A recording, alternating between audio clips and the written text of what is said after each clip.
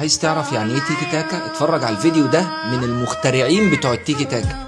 هنا ده زمن برشلونة اللي محدش كان بيعرف ياخد منهم الكورة، محدش كان بيعرف يسيطر عليهم. ممكن البوزيشن كان يوصل فعلا في الماتش 85% ماتش خلصان 85% بوزيشن او 80% فرقة مستحوذة، كنا بنزهق والله. فعلا انا كنت بشجع برشلونة اللي هو كنت بزهق، خلاص كفايه استحواذ، سيبوا الكورة.